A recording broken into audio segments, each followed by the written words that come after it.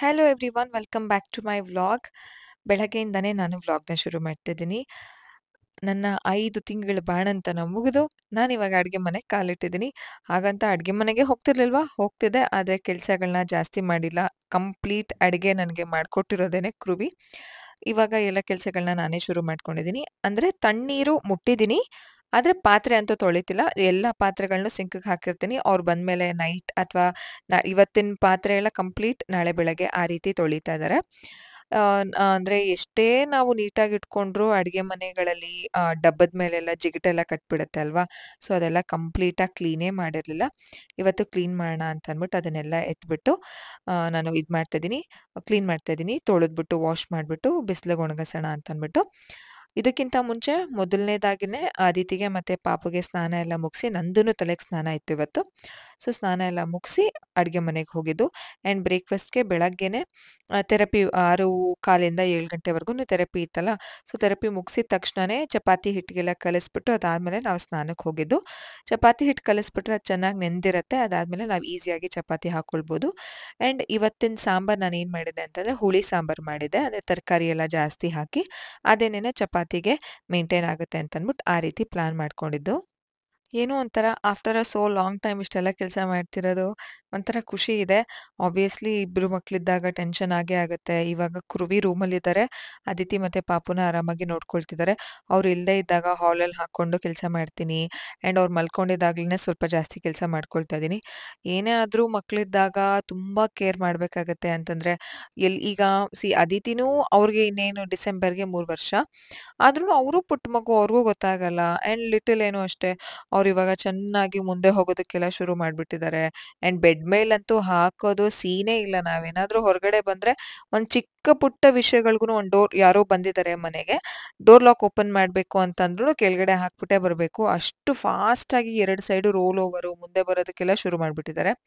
So ಎಷ್ಟು ಬೇಗ ದೊಡ್ಡವರಾಗ್ಬಿಟ್ರು ಅಂತ ಅನ್ನಿಸ್ತಾ ಇದೆ. ಸೊ ಚೆನ್ನಾಗಿದೆ, ಚೆನ್ನಾಗಿ ಹೋಗ್ತಾ ಇದೆ. ದಿನಗಳನ್ನ ಎಂಜಾಯ್ ಮಾಡ್ತಾ ಇದ್ದೀನಿ. ಆ್ಯಂಡ್ ಇಬ್ಬರನ್ನ ಆಟ ಆಡಿಸ್ಕೊಂಡು ಕೆಲಸ ಮಾಡ್ತಾ ಇದ್ದೀನಿ.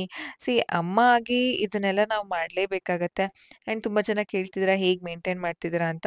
ನಿಜವಾಗ್ಲೂ ಕೆಲವೊಂದು ಸಲ ನನಗೆ ಅನಿಸುತ್ತೆ, ಒಂದು ದಿನ ಕಳೆದ ಮೇಲೆ ಆ ಮಾಮಿ ಗಿಲ್ಟ್ ಅನ್ನೋದಿರುತ್ತೆ ಗೊತ್ತಾ. ಬಟ್ ನಾನು ತುಂಬ ಒಂದು ಕಾಷಿಯಸ್ ಆಗಿ ನನ್ನ ಮಾಮಿ ಗಿಲ್ಟ್‌ನ ನಾನು ಕಡಿಮೆ ಮಾಡ್ಕೊಳ್ಳೋದಕ್ಕೆ ಟ್ರೈ ಮಾಡ್ತೀನಿ. ಏನೇ ಆದರೂ ಐ ಜಸ್ಟ್ ಅಕ್ಸೆಪ್ಟ್ ಅವರಿಬ್ರೂ. ಅಂದರೆ ಲಿಟಲ್ ಏನೋ ಸ್ವಲ್ಪ ಕಡಿಮೆನೇ, ಅಂದರೆ ಅಕ್ಸೆಪ್ಟೆನ್ಸಲ್ಲಿ. ಏನಕ್ಕಂತಂದರೆ ಅವ್ರು ಪುಟ್ಟದು ಇನ್ನೂ ಬರೀ ಆಟ ಆಡೋದು, ನಗೋದು, ಖುಷಿಯಾಗಿರ್ತಾರೆ.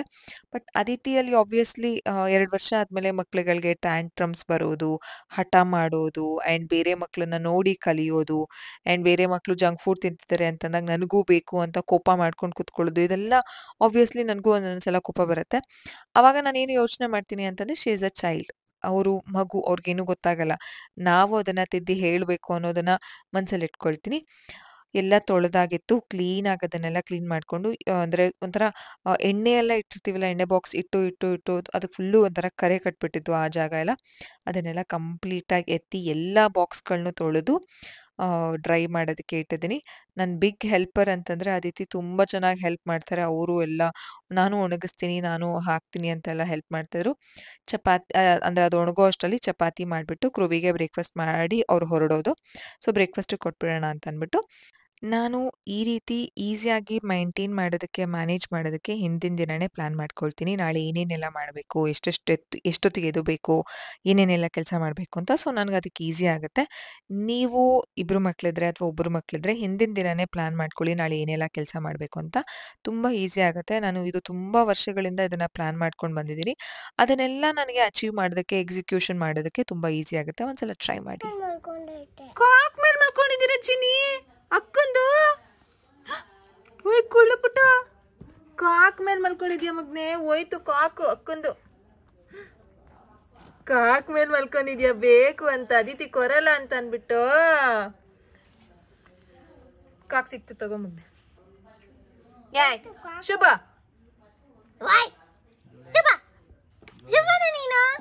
ಚಿನಿ ಹ್ಯಾಪಿನಾ? ಕಾಕ್ ಸಿಕ್ತಾ? ಎತ್ತಿಟ್ಕೊಂಡ್ಬಿಡು ನೀಟಾಗಿ. It's okay. ಇಲ್ಲಿ ನೀವು ಪಾಪುಗೂ ಶೇರಿಂಗ್ ಇಸ್ ಕೇರಿಂಗ್ ಮಾಡಬೇಕು, ಓಕೆನಾ? ಏನು ಆ ಥರ? ಪಾಪು ಆಟ ಆಡಕ್ಕೆ ಕೊಡ್ತೀನಿ. ಆಟ ಆಡಕ್ಕೆ ಕೊಡ್ತೀರಾ? ತಗೊಳ್ಳಿ ಮಗಳೇ, ತಗೊಳಪ್ಪ. ಈಸ್ಕೊಡೋದು ನೋಡು ಚಿನ್ನಿ.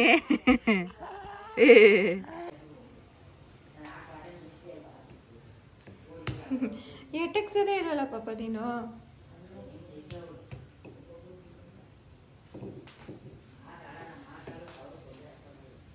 ಆ ಚಪಾತಿ ಮಾಡ್ಕೊಡೋಣ ಅಂದ್ರೆ ನೆಲದ ಮೇಲೆಲ್ಲ ಹಾಕಿದ್ದೀರ.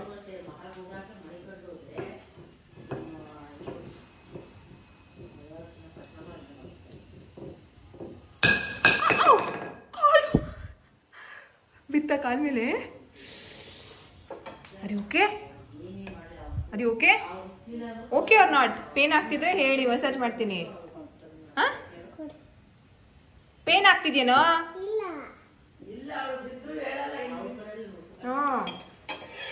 Strong strong.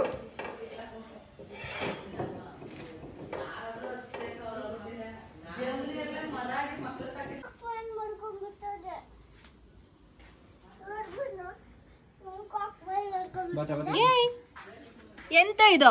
ಇಲ್ಲಿ ಮ್ಯಾಟ್ ಹಾಕಿರತ್ತೆ ತಾನೆ, ಇನ್ ಎಲ್ಲಿ ಮಲ್ಕೋಬೇಕು ನೀವು? ಅಲ್ಲಿ ಹೋಗಿ ಮೂಲೆಯಲ್ಲಿ ಮಲ್ಕೋತಾರ ಯಾರ? ಪಪ್ಪು ನೀವರ ಹೇಳ್ಬೇಕಲ್ವಾ ಮಗ್ನೆ? ಅಡಿಗೆಲ್ಲ ಅಲ್ಲೇ ಇಟ್ಬಿಟ್ಟು ಬನ್ನಿ ಪಪ್ಪು. ಇಲ್ಲ ಮಗಳೇ, ಇನ್ನೊಂದ್ ಸ್ವಲ್ಪ ಬಿಸಿಲಲ್ಲಿ ಇಡಿ ಒಂದ್ ಸ್ವಲ್ಪ ಹೊತ್ತು. ಒಣಗಿಲ್ಲ ಮಗ್ನೆ, ಅಲ್ಲೇ ಇಟ್ಟು ಎತ್ಕೊಂಡು. ಅಲ್ಲಿ ಗ್ಲಾಸ್ ಎಲ್ಲ ಇದೆ, ಏನು ಮುಟ್ಬಾರ್ದು. ಅಲ್ಲೇ ಕ್ಲೀನಾಗಿ ಇಟ್ಬಿಟ್ಟು ಬನ್ನಿ. ಗ್ಲಾಸ್ ಯಾವ್ದು ಆರಿಲ್ಲ, ಅಲ್ಲೇ ಇಟ್ಬಿಟ್ಟು ಬನ್ನಿ ನಿಧಾನಕ್ಕೆ. ನಿಧಾನ, ಹುಷಾರು. ಇದೇ ರೀತಿ ಅದನ್ನ ಎತ್ಕೊಂಡು ಬಂದು ಇದನ್ನ ಎತ್ಕೊಂಡು ಬಂದು ಆಟ ಆಡ್ತಿದ್ರು.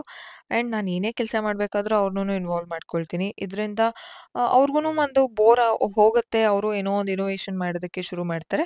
ಕಂಪ್ಲೀಟ್ ಇದನ್ನೆಲ್ಲ ಕ್ಲೀನಾಗಿ ತೊಳ್ಕೊಂಡು ಜೋಡಿಸ್ಕೊಳ್ತಾ ಇದ್ದೀನಿ. ಸೊಪ್ಪಿನ ಪುಡಿ ಮಾಡಿ ಇಟ್ಕೊಂಡಿದ್ದೀನಿ, ಅಂದರೆ ರೀಸೆಂಟಾಗೆ ಮಾಡಿಕೊಂಡೆ, ಅದನ್ನು ಇಟ್ಕೊಂಡಿದ್ದೀನಿ.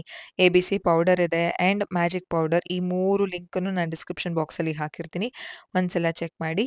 ನೀವು ಇದನ್ನು ಮಕ್ಕಳಿಗೆ ಕೊಟ್ಟರೆ ಮಕ್ಕಳ ಆರೋಗ್ಯದಲ್ಲಿ ತುಂಬ ಚೆನ್ನಾಗಿ ಇಮ್ಯುನಿಟಿ ಚೆನ್ನಾಗಿ ಡೆವಲಪ್ ಆಗುತ್ತೆ. ಮ್ಯಾಜಿಕ್ ಪೌಡರ್ನ ಕೊಡೋದ್ರಿಂದ ಮಕ್ಕಳು ತುಂಬ ಚೆನ್ನಾಗಿ ಊಟ ಮಾಡ್ತಾರೆ. ಆ್ಯಂಡ್ ಸೊಪ್ಪಿನ ಪೌಡರ್ ದಿನಾಗಲೂ ಸೊಪ್ಪು ತರೋಕ್ಕಾಗಲ್ಲ ಅಲ್ವಾ, ಅಂದರೆ ದಿನಾಗಲೂ ಸೊಪ್ಪಿನ ಸಾಂಬಾರು ಮಾಡೋಕ್ಕಾಗಲ್ಲ. ಬಟ್ ವಾರದಲ್ಲಿ ಒಂದು 3 ಸಲ 4 ಸಲ ನಾನು ಸೊಪ್ಪಿನ ಪೌಡರ್ನ ಕೊಡ್ತೀನಿ. ಆ್ಯಂಡ್ ರೀಸೆಂಟಾಗಿ ತುಪ್ಪ ಮಾಡ್ಕೊಂಡಿದ್ದು, ಅದು ಖಾಲಿ ಆಗ್ತದೆ. ನಾವು ಜಾಸ್ತಿ ತುಪ್ಪ ತಿಂತೀವಿ. ಬಾಣಂತನದಲ್ಲಿ ತುಪ್ಪ ತಿಂದರೆ ತುಂಬ ಒಳ್ಳೆಯದು. ನಿಮ್ಮ ಸ್ಟಿಚಸ್ ಹೀಲಿಂಗ್ ಆಗೋದಕ್ಕೆ, ನಿಮಗೆ ಎನರ್ಜಿ ಸಹ ನೀಡುತ್ತೆ, ನಿಮ್ಮ ಸ್ಕಿನ್ಗೂ ಸಹ ತುಂಬ ಒಳ್ಳೆಯದು. ಆ್ಯಂಡ್ ಇನ್ಮೇಲೆ ಲಿಟಲ್ ಎಗ್ಗೆ ನಾನೆಲ್ಲ ಶುರು ಮಾಡಬೇಕು. ಲಿಟಲ್ ಎಗೂ ಸಹ ಸಾಲಿಡ್ ಶುರು ಆಗುತ್ತೆ, ಅವ್ರಿಗೆಲ್ಲ ಪ್ರಿಪ್ರೇಷನ್ ಮಾಡ್ಕೊಳ್ಬೇಕು. ಎಲ್ಲ ನಡೀತಾ ಇದೆ. ಎದೆ ಹಾಲು ಹೆಚ್ಚಿಸೋದಕ್ಕೆ ನಾನೊಂದು ರೆಸಿಪಿ ತೋರಿಸ್ತಾ ಇದ್ದೀನಿ. ತುಂಬ ಈಸಿ, ತುಂಬ ಕ್ವಿಕ್. ನಿಮ್ಗೆ ಇದೆಲ್ಲರಿಗೂ ಗೊತ್ತಿರುತ್ತೆ. ಗಸಗಸೆ ಪಾಯಸ ನಾನು ಫಸ್ಟ್ ಟೈಮ್ ಮಾಡ್ತಿರೋದು. ನನಗೆ ಅದಿತಿ ಟೈಮಲ್ಲಿ ನಮ್ಮಮ್ಮ ತುಂಬ ಸಲ ಮಾಡಿಕೊಡ್ತಿದ್ರು. ವಾರಕ್ಕೆ 1 ಸಲ 2 ಸಲ ಆ ರೀತಿ ಮಾಡಿಕೊಡ್ತಿದ್ರು. ಎದೆ ಹಾಲು ತುಂಬ ಇನ್ಸ್ಟಂಟಾಗಿ ಹೆಚ್ಚಾಗೋದಕ್ಕೆ ತುಂಬ ಸಹಾಯ ಮಾಡುತ್ತೆ ಆ್ಯಂಡ್ ಎನರ್ಜಿ ಸಹ ನೀಡುತ್ತೆ. ಸೊಂಟಕ್ಕೆ ತುಂಬ ಬಲ ಈ ಗಸಗಸೆ ಪಾಯಸ ಕುಡಿಯೋದ್ರಿಂದ. ನನಗೆ ಕೃವಿ ಪಾಪ ಅವ್ರಿಗೆಲ್ಲ ಇದೆಲ್ಲ ಏನೂ ಬರಲ್ಲ. ಅವ್ರಿಗೆ ಸ್ವೀಟ್ ಅಂತಂದರೆ ಆಗೋದೇ ಇಲ್ಲ. ಅವ್ರಿಗೆ ಮಾಡಬೇಕು ಅಂತಂದರೆ ಇಷ್ಟನೂ ಆಗಲ್ಲ. ಸೊ ನಾನು ಕುಡ್ದೇ ಇರಲಿಲ್ಲ. ಇವಾಗ ನಾನು ಏನೇನು ತಿಂದಿಲ್ಲ, ಈಗ ಅದೊಂಥರ ಇರುತ್ತೆ ಅಲ್ವಾ, ಅದಿತಿಗೆ ತಿಂದಿದ್ದನ್ನು ಇವಾಗ ತಿಂದೇ ಇಲ್ಲ ಅಂತಂದ್ಬಿಟ್ಟು, ಅದಕ್ಕೆ ಇವಾಗ ನಾನೇ ಮಾಡಿಕೊಂಡು ನಾನಿವಾಗ ಮಾಡ್ಕೊಳ್ಬೋದಲ್ವಾ, ಅದಕ್ಕೋಸ್ಕರ ನಾನೇ ಇವಾಗ ಮಾಡಿಕೊಂಡು ತಿಂತಾ ಇದ್ದೀನಿ. ಇದನ್ನೆಲ್ಲ ಚೆನ್ನಾಗಿ ರೋಸ್ಟ್ ಮಾಡಿಕೊಂಡು ಇದನ್ನು ಕಂಪ್ಲೀಟ್ ಗ್ರೈಂಡ್ ಮಾಡ್ಕೊಂಡಿದ್ದೀನಿ, ಫೈನ್ ಪೇಸ್ಟ್ ಮಾಡಿಕೊಂಡು. ನಾನು ಇದಕ್ಕೆ ಸ್ವಲ್ಪ ಹಾಲು ಹಾಕ್ಕೊಂಡಿದ್ದೀನಿ. ಕೆಲವರು ಹಾಲು ಹಾಕದೆ ಬರೀ ಬೆಲ್ಲದ ಪಾಕದಲ್ಲಿ ಮಾಡ್ತಾರೆ. ನಾನು ಹಾಲು ಹಾಕ್ಕೊಂಡಿದ್ದೀನಿ. ಗಸಗಸೆ ಒಂದು 6 ಸ್ಪೂನ್ ತೊಗೊಂಡಿದ್ದೆ. ನನ್ನ ಫ್ರೆಂಡ್ ದುಬೈಗೆ ಹೋಗ್ತಿದ್ದಾರೆ, ಅವ್ರಿಗೂ ಸ್ವಲ್ಪ ಕೊಡಬೇಕಿತ್ತು. ಅದಕ್ಕೋಸ್ಕರ ಸ್ವಲ್ಪ ಜಾಸ್ತಿನೇ ಮಾಡ್ಕೊಂಡಿದ್ದೀನಿ. ನೀವು ಕಡಿಮೆ ಕ್ವಾಂಟಿಟಿ ಮಾಡಿಕೊಂಡ್ರೆ ಒಂದು 2ರಿಂದ 3 ಸ್ಪೂನ್ ಗಸಗಸೆ ಸಾಕಾಗುತ್ತೆ. ಗಸಗಸೆಯಲ್ಲಿ ಗ್ಯಾಲಕ್ಟೋಗಾಗ್ ಅಂತ ಇರುತ್ತೆ, ಅದು ಎದೆ ಹಾಲು ಹೆಚ್ಚಿಸೋದಕ್ಕೆ ತುಂಬ ಸಹಾಯ ಮಾಡುತ್ತೆ. ಆ್ಯಂಡ್ ಕೆಲವು ಡ್ರೈ ಫ್ರೂಟ್ಸ್ನ ತುಪ್ಪದಲ್ಲಿ ರೋಸ್ಟ್ ಮಾಡಿಕೊಂಡು ಅದನ್ನು ಹಾಕ್ಕೊಳ್ತಾ ಇದ್ದೀನಿ. ಆ್ಯಂಡ್ ಕಾಯಿ ಮತ್ತು ಕೊಬ್ಬರಿ ಎರಡನ್ನೂ ನಾನು ತೊಗೊಂಡಿದ್ದೀನಿ. ಕೆಲವರು ಬರೀ ಕೊಬ್ಬರಿಯಲ್ಲೇ ಮಾಡ್ತಾರೆ. ಆ್ಯಂಡ್ ಮೇಲ್ಗಡೆ ಬಾದಾಮಿನ ಕಟ್ ಮಾಡಿಕೊಂಡು ಹಾಕ್ಕೊಂಡು ಬಿಸಿ ಬಿಸಿ ತುಪ್ಪ ಹಾಕ್ಕೊಂಡು ಕುಡಿತಾ ಇದ್ದರೆ ತುಂಬ ಚೆನ್ನಾಗಿರುತ್ತೆ ಆ್ಯಂಡ್ ಸಖತ್ತಾಗಿರುತ್ತೆ. ನಿಮಗೂ ಇಷ್ಟ ಆಗುತ್ತೆ ಅಂತ ಅಂದ್ಕೊಂಡಿದ್ದೀನಿ. ನೀವು ಬಾಣಂತನ ಟೈಮಲ್ಲಿ ಇದನ್ನು ಕುಡೀರಿ. ವಾರಕ್ಕೆ 1 ಸಲ 2 ಸಲ ಮಿನಿಮಮ್ 1 ಸಲನಾದರೂ ಕುಡೀರಿ, ನಿಮ್ಮ ಎದೆ ಹಾಲು ಹೆಚ್ಚಾಗುತ್ತೆ. ಈ ಗಸಗಸೆ ಪಾಯಸ ರೆಸಿಪಿನ ಕಂಪ್ಲೀಟಾಗಿ ನಾನು ತೋರಿಸಿಲ್ಲ, ನಿಮ್ಮೆಲ್ಲರಿಗೂ ಗೊತ್ತಿರುತ್ತೆ ಅಂತ ನನಗೂ ಗೊತ್ತಿದೆ. ಅದಕ್ಕೋಸ್ಕರ ಬ್ರೆಸ್ಟ್ ಫೀಡಿಂಗ್ ಟೈಮಲ್ಲಿ ಇದನ್ನು ನಾವು ಮಾಡಿ ಕುಡಿಯೋದ್ರಿಂದ ನಮಗೆ ಎದೆ ಹಾಲು ಹೆಚ್ಚಾಗುತ್ತೆ. ಇದರಲ್ಲಿ rich in fibre and magnesium, calcium ಇರೋದ್ರಿಂದ ಮೂಳೆಗಳಿಗೂ ತುಂಬ ಶಕ್ತಿ ನೀಡುತ್ತೆ, ಎನರ್ಜಿ ಸಹ ನೀಡುತ್ತೆ. ಡ್ರೈ ಫ್ರೂಟ್ಸು ಸಹ ಹಾಕಿರ್ತೀವಿ ಅಲ್ವಾ, ತುಂಬ ಒಳ್ಳೆಯದು. ನೀವು ಟ್ರೈ ಮಾಡಿ. ಗಸಗಸೆ ಪಾಯಸದ ಕತೆ ಮುಗಿಸೋಣ. ಇವಾಗ ಅಂಬಲಿಕಲ್ ಹರ್ನಿಯಾ ಬಗ್ಗೆ ಮಾತಾಡೋಣ. ಈ ಅಂಬಲಿಕಲ್ ಹರ್ನಿಯಾ ಬಗ್ಗೆ ಇನ್ಫಾರ್ಮೇಷನ್ ಕೊಡಿ, ವಿಡಿಯೋ ಮಾಡಿ ಅಂತ ನನಗೆ ಸಂಪ್ರತಿ ಅವರು ತುಂಬ ಮೆಸೇಜಲ್ಲಿ ಕೇಳ್ತಿದ್ರು. ಅಂತಂದರೆ ಕಾಮೆಂಟ್ ಸೆಕ್ಷನಲ್ಲೆಲ್ಲ ಮೆಸೇಜ್ ಮಾಡ್ತಿದ್ರು. ಸಂಪ್ರತಿ ಅವರೇ ಲೇಟ್ ಆಗಿದೆ ಏನು ಅಂದ್ಕೊಳ್ಬೇಡಿ. ಅಂಬಲಿಕಲ್ ಹರ್ನಿಯಾ ಅಂದರೆ ಏನು? ಇದು ಕಾಮನ್ನಾ? ಅಥವಾ ಏನಾದರೂ ತಲೆ ಕೆಡಿಸ್ಕೊಳ್ಳುವಂತಹ ಅವಶ್ಯಕತೆ ಇದೆಯಾ? ಯಾಕೆ ಮಕ್ಳಿಗಾಗತ್ತೆ ಅಂತ ಇವತ್ತಿನ ಒಂದು ವಿಡಿಯೋದಲ್ಲಿ ಹೇಳ್ತೀನಿ. ಪ್ರತಿಯೊಬ್ಬರೂ ಇದ್ರ ಬಗ್ಗೆ ತಿಳ್ಕೊಳ್ಳೋದು ತುಂಬ ಒಳ್ಳೆಯದು. ಯಾಕಂತಂದರೆ ಕೆಲವೊಂದು ಸಲ ನಾವು ಗೊತ್ತಿಲ್ಲದಿರುವಂತಹ ಒಂದು ತಪ್ಪಿಂದ ನಮಗೆ ಗೊತ್ತಿಲ್ಲದೆ ಇರುವಂತಹ ತಪ್ಪಿಂದ ಮಕ್ಕಳಿಗೆ ಪ್ರಾಬ್ಲಮ್ ಆಗುವಂಥ ಚಾನ್ಸಸ್ ಇರುತ್ತೆ. ಅದಕ್ಕೋಸ್ಕರ ಅಂಬಲಿಕಲ್ ಹರ್ನಿಯಾ ಅಂತಂದರೆ ಅಂಬಲಿಕಲ್ ಕಾರ್ಡ್ ಅಂತಂದರೆ ಕರುಳ ಬಳ್ಳಿ. ಕರುಳ ಬಳ್ಳಿಯಿಂದನೇ ಮಗುಗೆ ಅಂತಂದರೆ ತಾಯಿ ಗರ್ಭದಲ್ಲಿ ಮಗು ಇದ್ದಾಗ ಆ ಒಂದು ಕರುಳ ಬಳ್ಳಿಯಿಂದನೇ ಮಗುಗೆ ಪೋಷಕಾಂಶ ಆ ಸತ್ತೆ ಅಂತ ಹೇಳ್ತೀವಿ ಪ್ಲಾಸೆಂಟಾ ಮುಖಾಂತರ ಕರುಳ ಬಳ್ಳಿಯಿಂದ ಮಗುಗೆ ಒಂದು ನ್ಯೂಟ್ರಿಷನ್ ಹೋಗ್ತಾ ಇರುತ್ತೆ. ಅದನ್ನು ಮಗು ಆಚೆ ಬಂದಿದ ತಕ್ಷಣ ಕಟ್ ಮಾಡಿದ ತಕ್ಷಣ ಮಗುವಿನ ಉಸಿರಾಟ ಕ್ರಿಯೆಯಿಂದ ಮಗು ಉಸಿರಾಡುತ್ತೆ.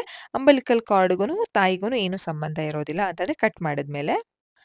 ಈ ಪ್ಲಾಸೆಂಟಾ ಅಂತ ಏನು ಹೇಳ್ತೀವಿ ಸತ್ತೆ, ಅದು ತುಂಬ ಆರೋಗ್ಯಕರವಾಗಿದ್ರೇ ಮಗುಗೆ ಚೆನ್ನಾಗಿ ಒಂದು ನ್ಯೂಟ್ರಿಷನ್ ಚೆನ್ನಾಗಿ ಸೇರುತ್ತೆ.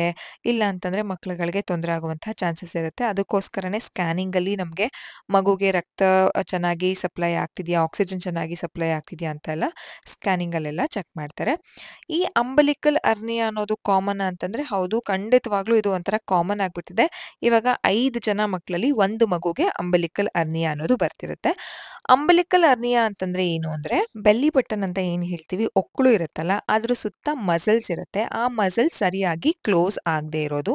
ಇದು ಯಾವುದೇ ರೀತಿ ಸ್ಕಿನ್ ಇಶ್ಯೂಸ್ ಅಲ್ಲ, ಮಸಲ್ಲು ಟೈಟ್ ಆಗಿ ಅಂದ್ರೆ ಟೈಟ್ ಆಗಿರುತ್ತೆ. ಅದಕ್ಕೋಸ್ಕರ ಅದು ಕರೆಕ್ಟ್ ಆಗಿ ಕ್ಲೋಸ್ ಆಗಲ್ಲ. ನೀವು ಈ ಪಿಕ್ಚರಲ್ಲಿ ನೋಡ್ಬೋದು. ನಾರ್ಮಲ್ ಅಂಬಲಿಕಲ್ ಒಂದು ಏರಿಯಾ ಹೇಗಿರುತ್ತೆ ಅಥವಾ ಹರ್ನಿಯಾ ಆದಾಗ ಹೇಗಿರುತ್ತೆ, ಸೊ ಆ ಒಂದು ಕ್ಲೋಸ್ ಆಗದೆ ಇದ್ದಾಗ ಈ ರೀತಿ ಊತ ಬರುತ್ತೆ. ಅದನ್ನ ನಾವು ಅಂಬಲಿಕಲ್ ಹರ್ನಿಯಾ ಅಂತೀವಿ. ಈ ಅಂಬಲಿಕಲ್ ಹರ್ನಿಯಾನ ಐಡೆಂಟಿಫೈ ಮಾಡೋದು ತುಂಬಾ ಈಸಿ. ಜಸ್ಟ್ ಆ ಒಂದು ಒಕ್ಕಳು ಏನಿರುತ್ತೆ ಅದು ಒಂದು ಸ್ವಲ್ಪ ಊದ್ಕೊಂಡಿದ್ರೆ ಅದು ಅಂಬಲಿಕಲ್ ಹರ್ನಿಯಾ ಅಂತ ಹೇಳ್ಬೋದು. ಪೀಡಿಯಾಟ್ರಿಷಿಯನ್ಗಳು ಇದನ್ನ ನಮಗೆ ಕರೆಕ್ಟಾಗಿ ಹೇಳ್ತಾರೆ, ಇದು ಅಂಬಲಿಕಲ್ ಹರ್ನಿಯಾನ ಇಲ್ವಾ ಅಂತ. ಕೆಲವು ಪೇರೆಂಟ್ಗಳು ಇದನ್ನ ಹೋಗ್ಸೋದಕ್ಕೆ ತುಂಬಾ ಮನೆ ಮದ್ದು ಅಂತ ಎಲ್ಲ ಮಾಡ್ತಾರೆ. ಏನೇನೋ ಹೊಕ್ಳು ಮೇಲೆ ಇಡೋದು, ಕಾಯಿನ್ ಇಡೋದು, ಭಾರ ಇಡೋದು, ಅದು ಒಳಗಡೆ ಹೋಗುತ್ತೆ ಅಂತ. ಆ ರೀತಿ ದಯವಿಟ್ಟು ಮಾಡಕ್ ಹೋಗ್ಬೇಡಿ. ಇದು ಕಾಮನ್ ಆಗ್ಬಿಟ್ಟಿದೆ ಇವಾಗ. 5 ಜನ ನ್ಯೂ ಬಾರ್ನ್ ಬೇಬೀಸ್ ಅಲ್ಲಿ ಒಂದು ಬೇಬಿಗೆ ಇದು ಅಂಬಲಿಕಲ್ ಹರ್ನಿಯಾ ಇರುತ್ತೆ. It's completely normal. ಯಾವುದೇ ರೀತಿ ಭಯ ಪಡುವಂತಹ ಅವಶ್ಯಕತೆ ಇರೋದಿಲ್ಲ. ಮಗು ಆರಾಮಾಗಿದೆ.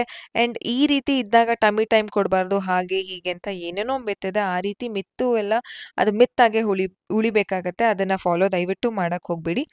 ಅಂಬಲಿಕಲ್ ಹರ್ನಿಯಾ ಇದ್ದಾಗ ಮಗು ಆರಾಮಾಗಿದೆ, ಫೀಡ್ ಚೆನ್ನಾಗಿ ತಗೊಳ್ತಿದೆ, ಆಕ್ಟಿವ್ ಆಗಿದೆ ಅಂತಂದ್ರೆ ನಥಿಂಗ್ ಟು ಬಿ ವರಿಡ್. ಇದು ತನ್ನಂಗೆ ತಾನಾಗೆ 4 ವರ್ಷ ಟೈಮಲ್ಲಿ ಹೋಗುತ್ತೆ. 4 ವರ್ಷ ಆದಾಗ ಮಗುಗೆ ಈ ಅಂಬಲಿಕಲ್ ಹರ್ನಿಯಾ ಅನ್ನೋದು ಹೋಗುತ್ತೆ. 4 ವರ್ಷ ಆದ್ಮೇಲೂ ಮಗುಗೆ ಇದೇ ರೀತಿ ಇದೆ, ಪಾಪೌಟ್ ಆಗಿದೆ ಈ ಒಂದು ಹೊಕ್ಕಳ ಜಾಗ ಅಂತಂದ್ರೆ ಸರ್ಜರಿ ಎಲ್ಲ ಇರುತ್ತೆ. ಅದನ್ನ ಪೀಡಿಯಾಟ್ರಿಷಿಯನ್ಸ್ಗಳು ಕಾಲ್ ತಗೊಳ್ತಾರೆ. ನೀವೇ ಏನೇನೋ ಮನೆ ಮದ್ದು ಮಾಡಿ ಮಗುಗೆ ತುಂಬಾ ತೊಂದರೆ ಕೊಡಕ್ ಹೋಗ್ಬೇಡಿ. ಮಗು ಚೆನ್ನಾಗಿ ಊಟ ಮಾಡ್ತಿದೆ, ನಿದ್ದೆ ಮಾಡ್ತಿದೆ ಅಂಡ್ ಆರಾಮಾಗಿ ಆಕ್ಟಿವಿಟೀಸು ಮೈಲ್ಸ್ಟೋನ್ ಎಲ್ಲ ರೀಚ್ ಮಾಡ್ತಿದೆ ಅಂತಂದ್ರೆ ನಥಿಂಗ್ ಟು ಬಿ ವರಿಡ್. ತುಂಬಾ ಸಿವಿಯರ್ ಪೇನ್, ಮಗುಗೆ ಹೊಟ್ಟೆ ನೋವ್ತಿದೆ ಅಂತಂದಾಗ ನೀವು ಇಮಿಡಿಯೇಟ್ ಆಗಿ ಅಂಬಲಿಕಲ್ ಒಂದು ಹರ್ನಿಯಾ ಇರುವಂತಹ ಮಕ್ಕಳುಗಳನ್ನ ಇಮಿಡಿಯೇಟ್ ಆಗಿ ನೀವು ಡಾಕ್ಟರ್ಸ್ ಹತ್ರ ಕರ್ಕೊಂಡು ಹೋಗ್ಬೇಕಾಗತ್ತೆ. This is all about umbilical hernia. ಅರ್ಥ ಆಗಿದೆ ಅಂತ ಅನ್ಕೊಂಡಿದ್ದೀನಿ. ಈ ಮಾಹಿತಿನ ಎಲ್ಲರೂ ತಿಳ್ಕೊಂಡಿರೋದು ತುಂಬಾ ಮುಖ್ಯ. ನೆಕ್ಸ್ಟ್ ವಿಡಿಯೋದಲ್ಲಿ ಸಿಗ್ತೀನಿ.